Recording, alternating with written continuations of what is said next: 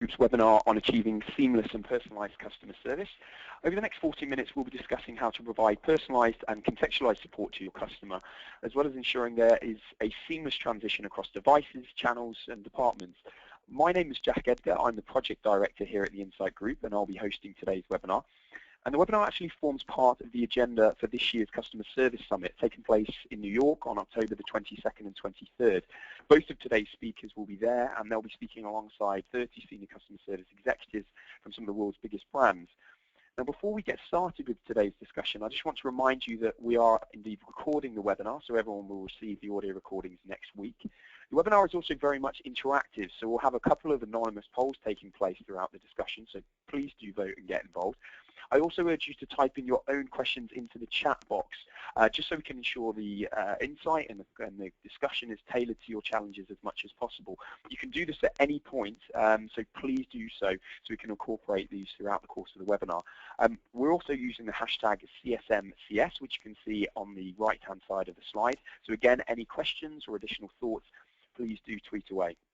Now, joining us today, I'm delighted to firstly introduce Josh Marsh, the Chief Executive Officer of Conversocial, as well as Marc Schwartz, the Director of Community and Customer Support at Microsoft. Welcome to the both of you.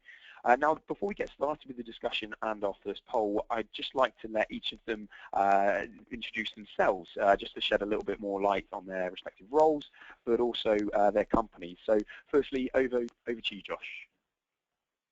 Thanks, Jack. So, like I said, I'm the CEO and founder of Conversocial. We're a cloud solution that enables organizations to deliver customer service through social media. We work with major companies like Sprint, Google, Hyatt Hotels to deliver large-scale, highly efficient service through channels like Facebook and Twitter. And that includes both direct agent customer support and also peer-to-peer support through our new product, Crowds. We're based in New York, also have offices in London and San Francisco, and have been a long-time supporter of the Insight Group, so happy to be here. Thank you very much, Josh, and over to you, Marc. Hi, my name is Marc Schwartz, and I run community and customer support on the social side for Microsoft. I am a unique person coming to the support side that I come really from the marketing side, and this past year being in the customer service side, I feel like I'm a more effective marketer, mostly because I think when you think about how to engage with customers, and my role spans all the different audiences within Microsoft, so from advertiser to consumer to developer to SMB, it's how do we think about engaging with customers as they want to engage with the company, and how do we develop a relationship. So excited to be here and excited to be part of this conversation. Thanks very much, Marc. And I thought a nice way to start the webinar would be with our first poll. So you can actually only select one answer, and I'll give you around 15 seconds to do so. And the question is based on and surrounds our overriding theme and topic of today's discussion. And that question is, to what extent do you feel your company has achieved seamless support for your customers across multiple channels and devices? The question is, to what extent do you feel your company has achieved seamless support for your customers across multiple channels and devices? And there's three options. Completely, you've completely achieved that, nothing left to do in this instance. To some extent, or not at all. So three options: completely, to some extent, and not at all. I'll just give you a few more seconds to select that. 3, 2, 1. Thank you very much, and thank you for all those who voted. And just looking at the results there, I mean, the central option, to some extent, 77%, and also a fair amount saying not at all. Just quickly before we move to our kind of first question on this topic, Marc, what are your thoughts on these results? Do they surprise you in any way, or what's your feedback on those? No, it doesn't surprise me at all. I think the whole idea of anyone delivering a complete and seamless customer experience right now with customers changing so much is not a feasible or a very honest way to be, because customers are changing so fast. I think it does lend itself for the conversation today that what are the opportunities to do better and support customers better. So not surprising, and it'll make the conversation today, I think, more relevant. Mm.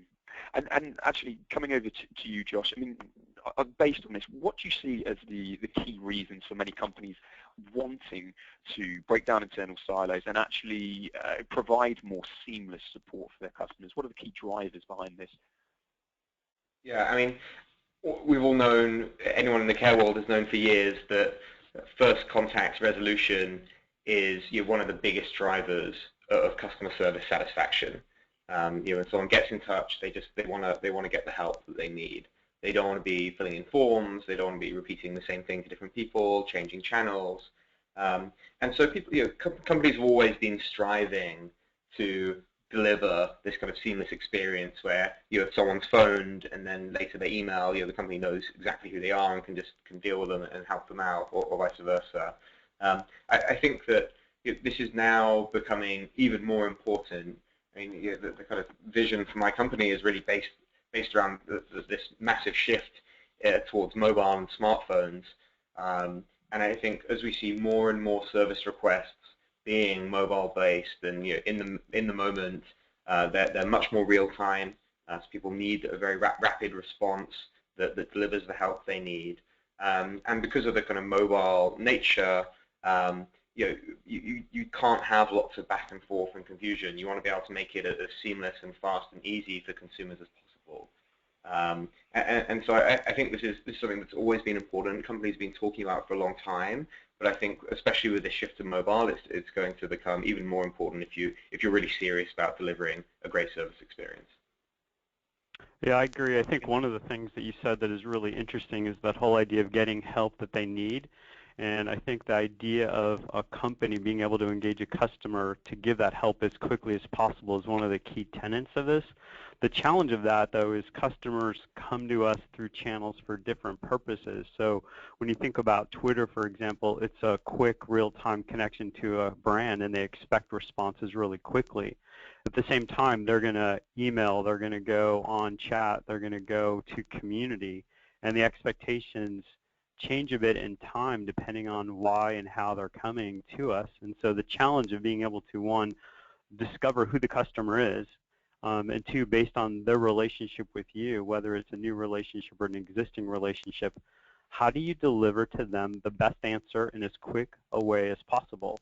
And that's where both the challenge and the opportunity to make it happen is so prevalent. And so we focus very much on as quick as we can resolution, but because Microsoft is a technology-based company, some of the questions that we get asked require multiple kinds of back and forth.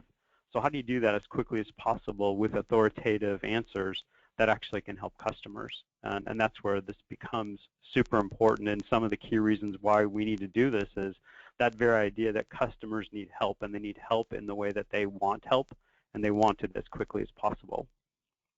Yeah, and ideally, like you said, people aren't just reaching out of one channel. Often they are emailing, looking on a community, tweeting at you at the same time. And so being able to see all of those things that are happening, it's not just about providing the fastest support. You also don't want to be wasting your time by giving the same response on 3 different channels. So really being able to kind of match up that data of what the customer is doing in real time and using that as context for how you're getting back to them is becoming ever more important. And also being able to deliver the right kind of content in the right kind of channel. That the difference between being able to give a good answer in 144 characters versus being able to direct them to an actual article that can help them. And so right channel for right kind of content.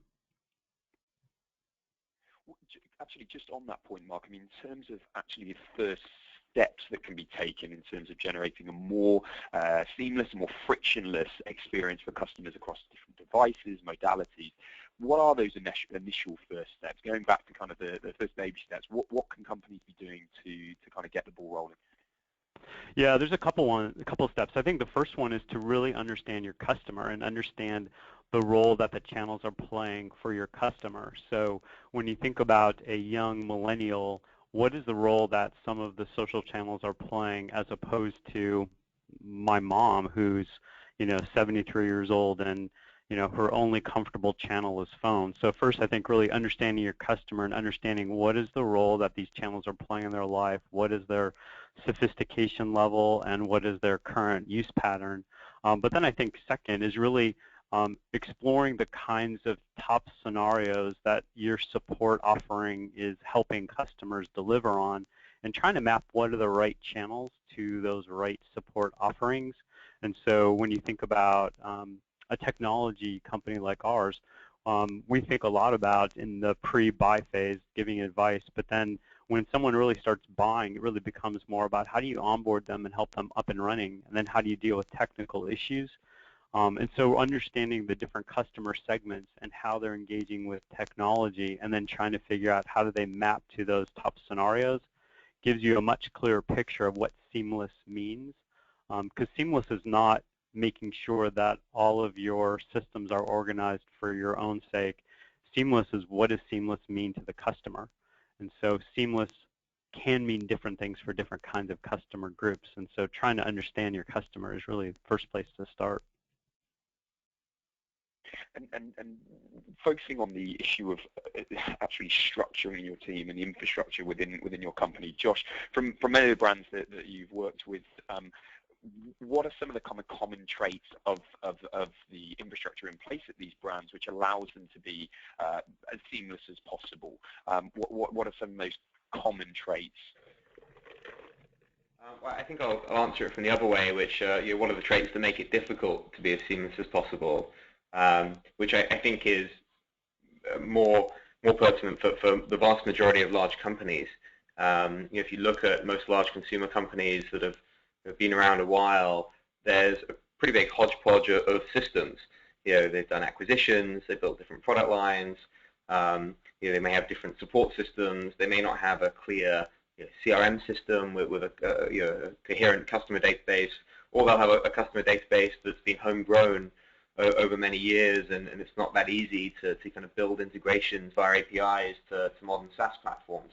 So what I'd say is there are a lot of challenges to really getting this kind of seamless experience, and a lot of those are aren't to do with vendors like ours, but just to do with all the internal processes and internal software that's come up. I think from our perspective, having that really easily accessible central customer record or central customer database, which is collecting the real data about the customer from all of the different touch points, and making that data accessible to your different platforms, I think is so important. But aside from the data, just matching up customers across these different channels can also be really, really hard. There isn't yet a really simple and straightforward way to say, this person on Twitter, is this person on email, is this person on community, is this person on something else. And so building that kind of database of connections and matching up your customer across different channels is also really important. One more thing I'd quickly say on the kind of steps to be taken to generating a more seamless experience is that the other thing you can think about is actually cutting down on the channels that you use. And from the social media perspective, we're always saying you've got to be where your customer is. And customers haven't given brands a lot of choice with social media. They're there and the brands are there, and so they're using it as a service channel. We're starting to see some of our big customers go, how can we actually maybe look at removing email or removing live chat and simplifying some of the service channels that we're doing to make delivering seamless service easier, which is something that I think is definitely worth constantly reviewing and thinking about. Yeah, I agree, because I think the more that you can simplify your infrastructure to deliver that consistent experience, the better off you'll be. We have a variety of different brands within the Microsoft world that have moved intelligently away from email towards community or social-only support channel because, one, it's more efficient for sure, but two, it's more consistent with when you think about the future audience, that those millennials and even beyond, their expectation is I'm going to be able to go online and get support without friction from the company. And that friction could be having to wait in a queue for chat, waiting for an email to come back. So how can I get that information quickly? And so from my perspective, in terms of the kinds of infrastructure challenges, is that oftentimes we neglect some of the key areas of the business, like our engineering infrastructure team, like our marketing team, like our corporate PR team, some of these different teams that have a vested interest in delivering excellent customer experiences, that we don't bring them together, we don't give them a common way to view the customer. So think about one common topic, social listening. We probably have 5 different systems within the Microsoft ecosystem that delivers some data point related to the social sentiment and social perspective of the company. That creates a bit of confusion unless you can bring all these entities together and define and describe what these signals actually mean, and then use this information collectively to drive towards that one infrastructure. That could mean we're not going to do email in this segment, we're not going to do chat in that segment, but bringing them together. Some of my best partners, are my engineering partners who really have passion of building infrastructure that supports the customer well, but the need to be able to really bring them into the strategic fold to say, here's where we're going collectively, here's where our customer is going, and let's build towards that customer goal. That becomes super important. And when customers are reaching out on so many different channels, so many different devices and modalities, really who owns the right for kind of real-time service interactions? I mean, coming back to you, Mark, I mean, for example, how, given your marketing background, how closely at Microsoft do you work with marketing to get involved in those real-time service interactions?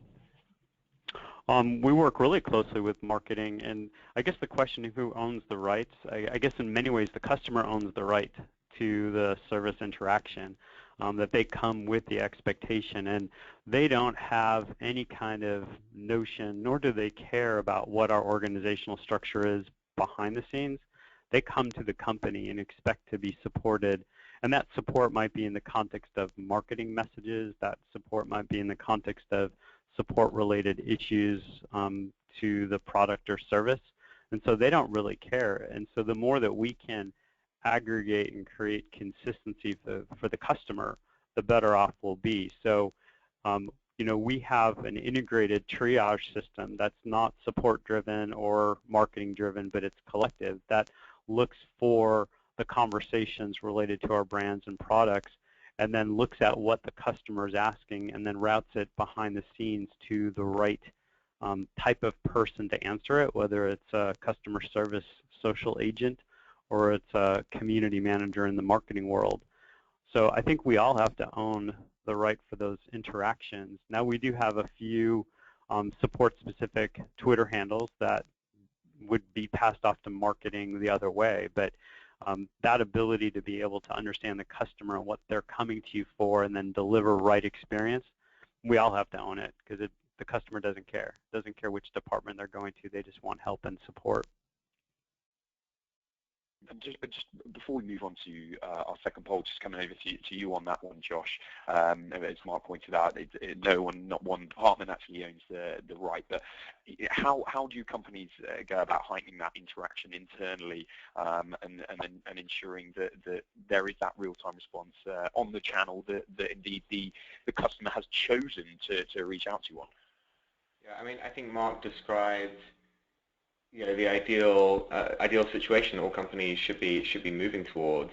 And I think most companies have now recognized that customer service is one of the most important elements in providing that real-time support. They're the only department with the scale to really deliver that kind of large-scale one-on-one engagement over social media. But it's also obviously super important for marketing to be really closely involved, whether that's on the kind of strategic point of view, on escalation, or if there's specific community managers who are getting involved.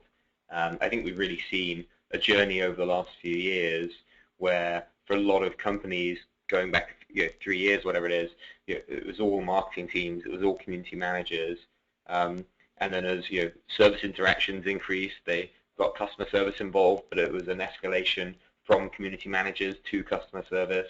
Then it became routing service issues to to the customer service guys and everything else to the community managers. Now, for the bulk of our customers, a social customer service team in the contact center are really the front line handling all one-to-one engagement, and whether that's directly service related or it's just kind of general chit chat that can be valuable to engage with, and marketing are generally there as an escalation point. And I think that's the kind of the model that tends to work and allows you to really have the biggest scale. Yeah, we have the same kind of approach. Oh yes, we have the same kind of approach for our support handles, and I think it is a way to have that front face from a support perspective. I think though where I think it really is thinking about the future. What is the face that you want to put of the brand to the customer that helps them access your company the most effective way? And where we struggle at times is trying to figure out what is the right way to get someone into support. So should they remember for marketing conversations a branded handle, and then for support conversation a support handle, or should they just be able to get to the company? And how do you, on the back end, provide enough agent processing to be able to get that to the right person? So it's definitely an interesting challenge. Yeah, interesting. We've seen with a few of our clients, they kind of started with separate handles, but then the support handle was generating so much engagement and so many followers that marketing kind of stepped in again and were like, we actually want that, and have ended up combining the handles just so they can get the marketing benefit of that level of engagement and the followers that they're then able to publish to.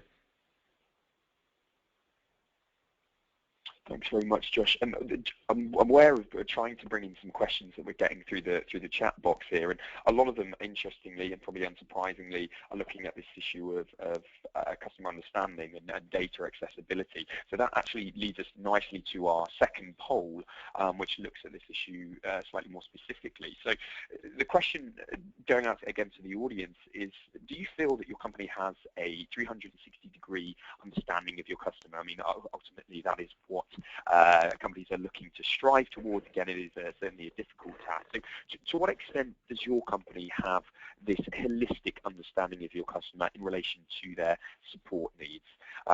This answer is yes, completely, B, to some extent, or C, not at all.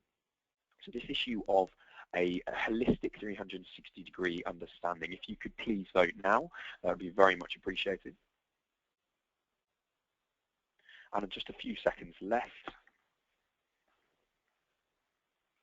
Thank you very, very much for your interaction there. The voting is now closed. And looking at those answers, again, a relatively similar picture to the first one. So unsurprising that the two are kind of intrinsically linked when it comes to generating a more holistic understanding of your customer, also being in line with this more move towards a more seamless customer experience and more seamless support. Mark, coming over to you. Earlier on, we discussed the importance of the customer feeling known, and actually the company knowing their customer, knowing the customer as an individual, perhaps, and knowing what their needs are. To achieve this goal of actually truly knowing your customer, how do you go about generating an accurate, a more holistic picture of your customer, thus, I suppose, providing an opportunity for more contextualized support?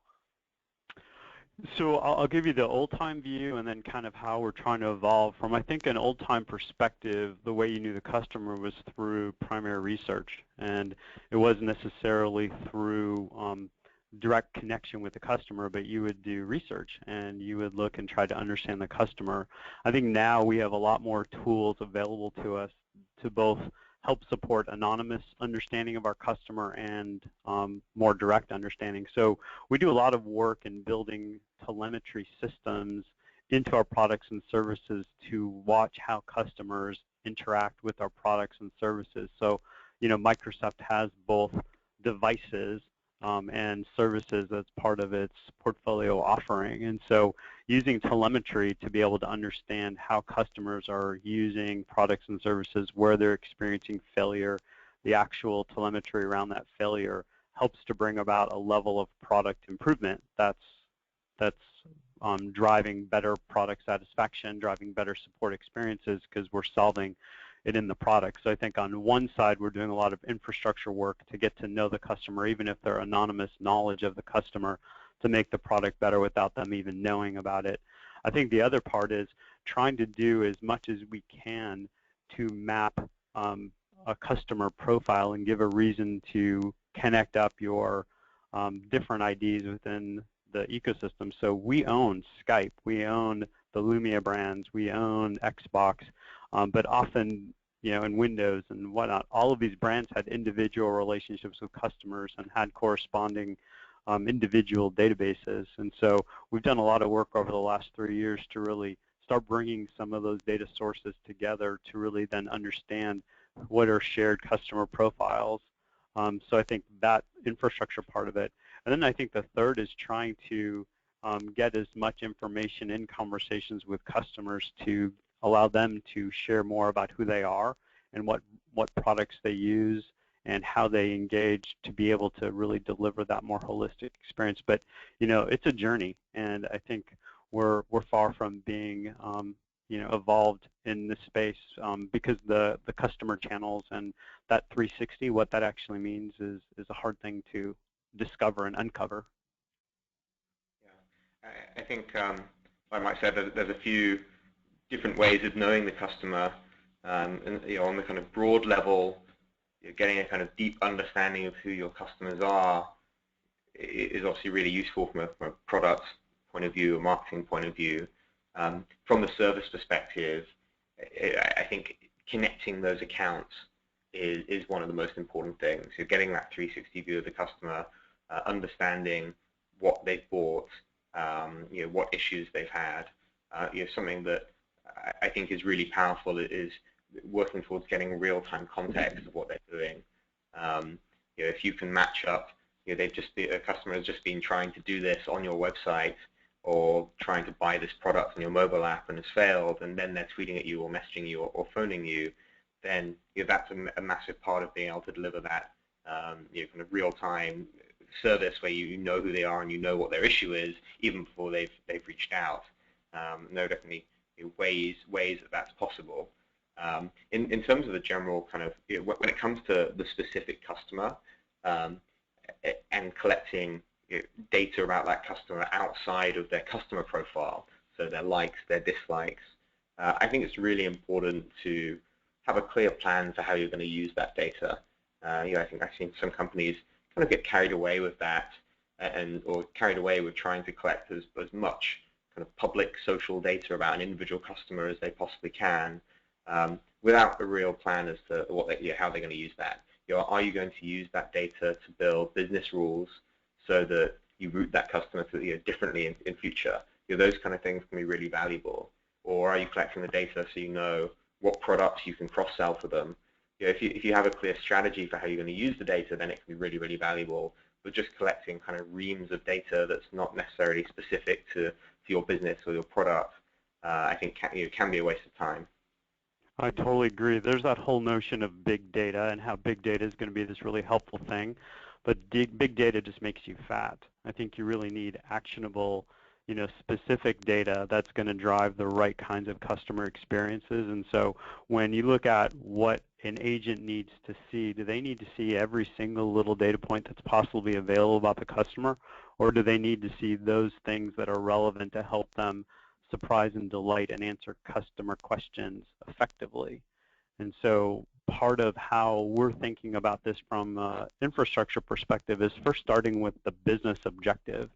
And that business objective has one lens of it that says, how does this improve the experience of the customer? And the other side says, how does this help the business on its goals and objectives to be more effective? And how do we then craft what the right data is to collect to show back to a service delivery agent? And so working hard to develop a more unified platform that all agents, no matter what kind of touch point the agent has, whether it's a social agent or a chat agent or a phone agent, they get to see the same level of information that would help them respond effectively to the customer, however the customer reaches out.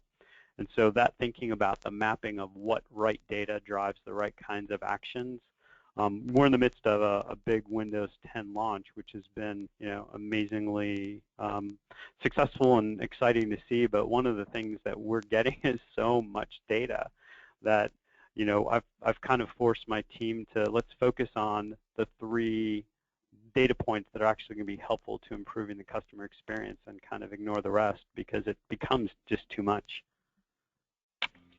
And something I'm really interested in is also how you could use social data the other way, right? Where if you've got an in-store location or a hotel and someone's checking in, is it possible to identify social data that could be really valuable to the agent who's meeting that person in the store or in the hotel and see something relevant to do that kind of surprise and delight. But again, the challenge there is finding the data that's actually going to make a meaningful difference. Showing every single tweet someone's done isn't going to help. That's great. Yeah, we've done a couple fun things. So during Xbox One launch, we were monitoring some of the Twitter activity, and we saw someone waiting in line for their Xbox One, and they were talking about how much they had a pizza, and so we had a pizza delivered to them.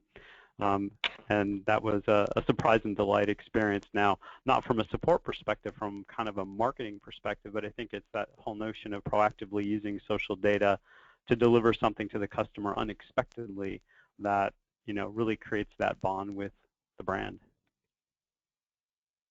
And as you pointed out, Mark, as you say, it's about generating actionable insight, but also linking back to an issue that you raised earlier, Josh, the accessibility to this data and to these actionable insights. And how do companies ensure that the information, this valuable information about their customers that often sits in different systems, in different departments, is actually collated in a way that will allow the company, will allow the agent to see the customer in a more holistic view and thus equip them with the ability to provide contextualized support?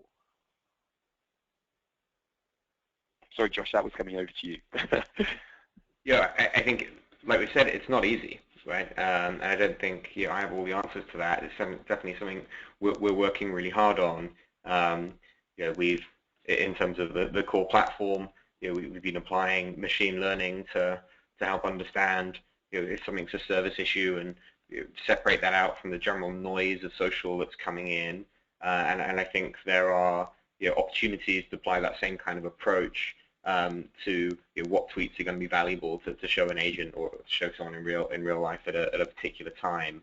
But there is a lot of noise there and a lot of data.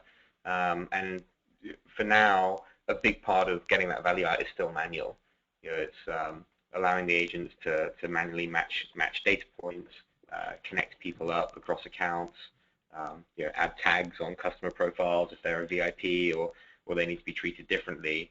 And I think that's the case for most companies today, that there is still a lot of manual work going on. And I think that it's going to be a big area of innovation, at least for us, over the next couple of years, into how we can start doing that much more intelligently at a large scale. I agree, and I think manual is going to be the name of the game for a little while until there's more seamless processes. And so I think for us, we focus a lot more on what is the process. We're going to have for a while separate systems that your PII data is stored in that might be different than some of the social data that we're storing and collecting. And so it's still going to require, because in a one-to-one or one-to-many kind of public world, you can't really discuss private personal information. And so we can't exchange account number information. And so we're still going to have to take that offline, and that's still going to require offline connections to other databases. But I think for us, trying to identify what are all those scenarios and try to create as much clarity around where you go to get what information and make that easily accessible to agents, that's going to be critical. Yeah, on the PII side of things, we have been seeing a trend of companies getting comfortable with sharing and discussing PII over DMs, for example, in Twitter. Obviously on our side, we do a lot of work on the encryption, but we are seeing some major companies, including telecoms companies like Sprint, who we work with, taking a look at the security around the social network platforms and being comfortable sharing that data, which does then allow them to ask for account numbers and really deliver the full kind of end-to-end service experience over social media, which I think is really powerful for consumers. Just quickly before we move on to the issue of generating a more, I suppose, more one-to-one relationship, Mark, just coming over to you in terms of you mentioned the importance not only of generating actionable insight from the masses of your data, but knowing what you want what your goal is for that data. So, how have you internally defined your responsibilities, your workflows across the different teams to ensure that each team does know their specific goal and their specific involvement in a particular strategy, in a particular situation? Can I say, how are we defining? Because I think we haven't defined. I think it's a really interesting challenge in the context of a constantly changing data environment. So I think one of the ways that I've tried to at least connect the team, is towards common customer objectives, common customer experiences, and really trying to be as documented on what we're trying to create, and then trying to map the right data and the right kind of use of that data to that experience. And that is both a really easy and really hard task to do, that delight customers across every kind of way that they might touch you from a community and social perspective, require you to think about content and require you to think about how do I understand emerging issues and look for content gaps, and what do I look for ways that are relevant to actually connect customers to that content, and what data and what signals am I going to be looking for that would trigger certain responses. And so I think one, and we're doing this on the Windows 10 launch particularly, we have a variety of different daily triage meetings that have the multiple areas of responsibility, looking at a common data set that we've all predefined as what we're going to focus on, and then having each team take their different actions. So we have a team that does more proactive activities, and so as we look at from social listening, all the major signals and triggers, the proactive team takes that same data and does proactive activities. The reactive team engages to look at what is the success rate of content related to those reactive activities, and how can I improve that content experience. Those that engage with our influencers do the same kind of thing. So trying to be as much aligned towards a common playbook, a common set of goals, a common set of data points, so that they can all react consistently, but trying to bring the teams together, at least strategically, on some regularity to all shout out their points of view on how they're looking at the data becomes, I guess, one way that we're defining roles and responsibilities and workflow, but it's a evolving thing for us. Yeah. And to kind of add on to that without going over the same split, something that we've seen over the past few years is that the social service really started to hit scale. A lot of companies were really just scrambling to build those basic workflows and basic measurements.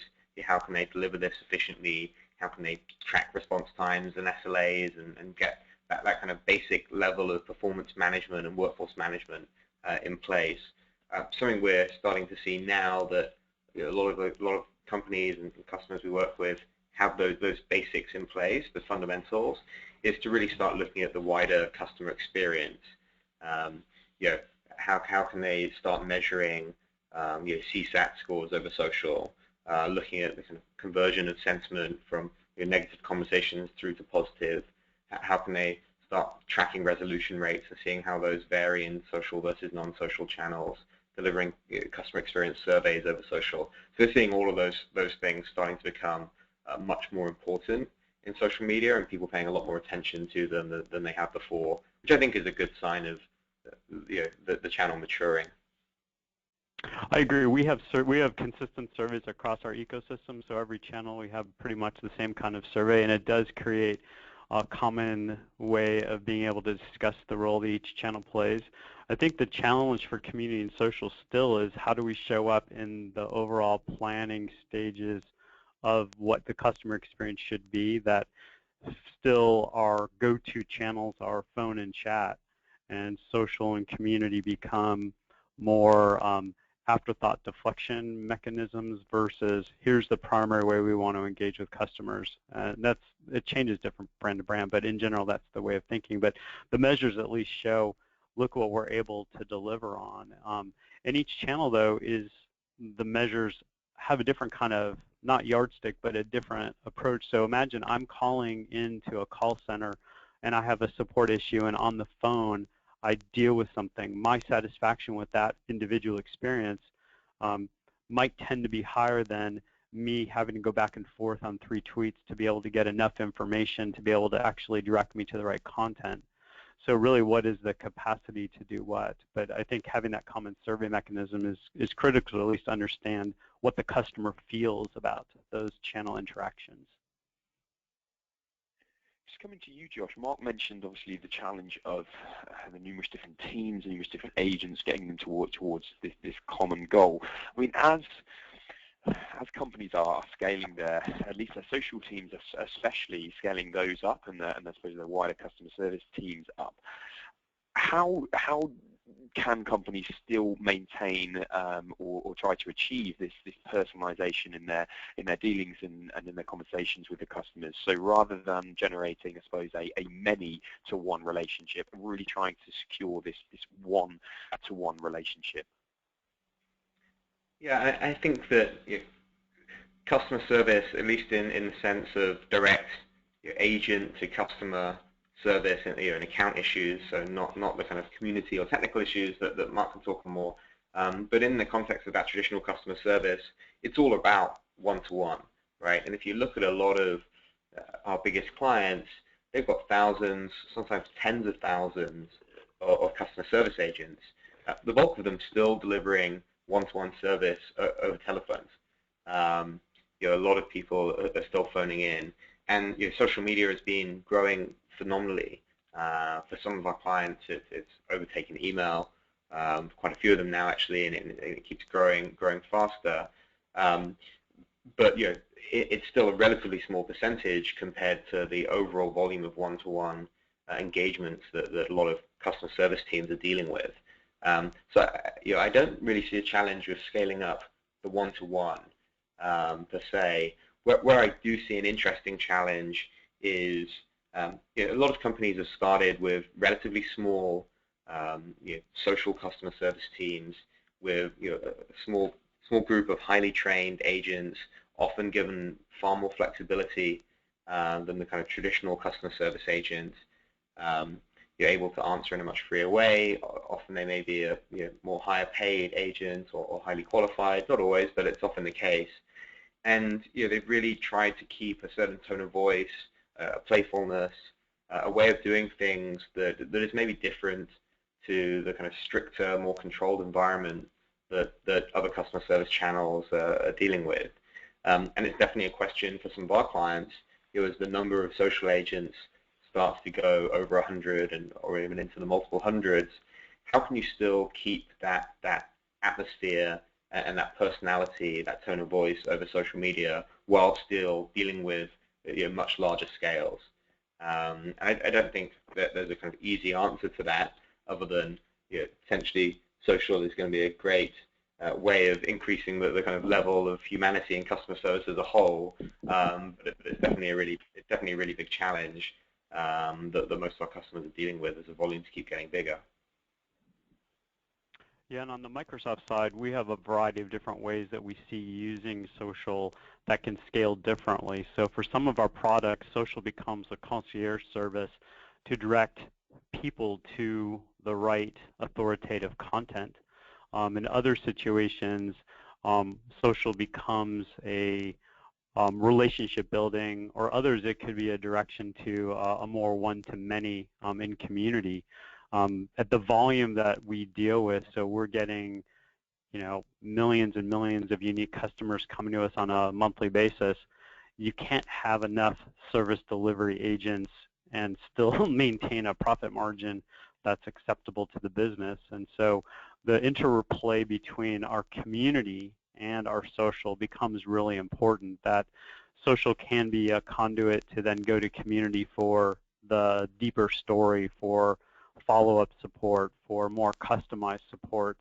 And so thinking about what's the role that a one-to-one relationship then can be translated to a one-to-many or a one-to-one-to-many to allow greater reach at a more affordable way. So, you know, it is an interesting challenge that we want to be able to have personal relationships with customers, but does that personal relationship with customers always have to be in a one-to-one manner, or could it be in a variety of different manners? We tested last week doing some webcasts to do a more customized one-to-many kind of conversation related to Windows 10, just like this kind of thing. So, you know, we're testing and exploring new ways to delight and surprise customers and support experiences that are personal. It's just trying to figure out how to do that scalably and efficiently. Yeah, and it's something that we're working on with Crowds, which I mentioned earlier, is around enabling that peer-to-peer customer service relationship where you've got experts within your community of customers helping other customers with questions. Crowds is about bringing that into Twitter, which I think is a really interesting challenge, right? It's very different from forums, which are built for that specifically, but I think has a lot of potential, especially in the technology industry, and certainly with customers that we've got using that. Part of it is answering questions, but also a big part of it is also redirecting questions back to a forum where a longer answer is possible. That's a great comment, and I forgot about that. You know, the whole notion of influencer engagement and influencer management. So Microsoft has an MVP program, so Most Valuable Partner, that does a lot of answering on community and on social. But really, how do we cultivate a level of influencer engagement that can still create that one-to-one personalized response of someone who's connected to the brand but doesn't necessarily be a service delivery agent? And so we're investing a lot in connecting up influencers with the company well to give them right kind of content and high touch so that they can actually be an extended voice to the customer. And so many issues related to self-help, to kind of peer-to-peer, and again, many of which will be discussed later today. Unfortunately, we're rapidly running out of time. 15 minutes has absolutely flown by. Before we go, I just want to go to a question that's actually just come in from Gabrielle. And again, on the issue of kind of social, her question is, what is the fastest way to direct your customers to social if the channel is new and very slow to catch on with your client base? Firstly, coming to you, Josh, and then I'll come over to you, Mark. Yeah, I think the obvious one is you stick it front and center on your Contact Us page. What we've seen across the board of our customers is that the more they invest in social as a service channel, the more the customers will use it. Often it starts as a kind of escalation of people venting, so they're upset about other service channels. But if they'll quickly catch on to the fact that you're there and you're responding quickly, and that enables it to move from just being an escalation and venting channel to a place where your customers will come as a first port of call. It's convenient, it's mobile, multi-channel, and they know they can get a quick response. So I think investing in it properly from a people and a process and a technology point of view, and then it's easy to tell your customers about it. Yeah, I agree. I think, one, you have to have some promotional elements around that new social channel that people know it's there. And so letting your influencers, letting your key customers, letting your service delivery, whoever, know about it and have the right situations where they're being driven to that experience in the right way. I think, two, making sure that every time someone touches that experience, that it's really a great experience, something almost shareable, that it's worthy of sharing, so that people start building a little bit of word of mouth. But then I think, third, it's company change of mind, that you have to say this is going to be a primary channel. And so when we start strategically thinking about customer experience, we pick these channels first and figure out what's the role that they're going to play. So it could be everything from notification within inbox experience that is part of the product, part of the sales process, part of your digital experience. It's just choosing that that's going to be a primary method and then brainstorming around that. That's a great question. And unfortunately, we have a number of other questions, but simply due to the time, unfortunately, it is now time to end the webinar for today. Admittedly, a little bit later than initially expected, so apologies for that. But there was just I didn't really want to end it earlier than necessary. Apologies if we weren't able to get round to your question. We had some great engagement coming through the chat box, and there was so I do apologise if we weren't able to get around it. I tried to ask as many as possible. I'd also like to thank, of course, our speakers for today, Mark and Josh, for their insights and contributions.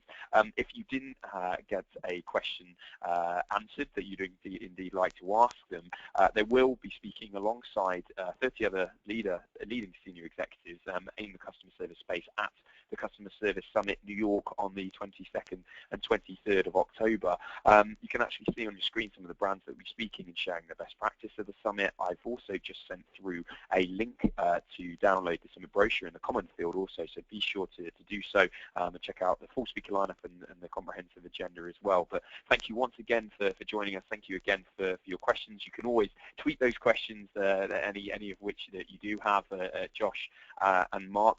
And the only thing left to say is I hope everyone has a great rest of your day. Thanks again.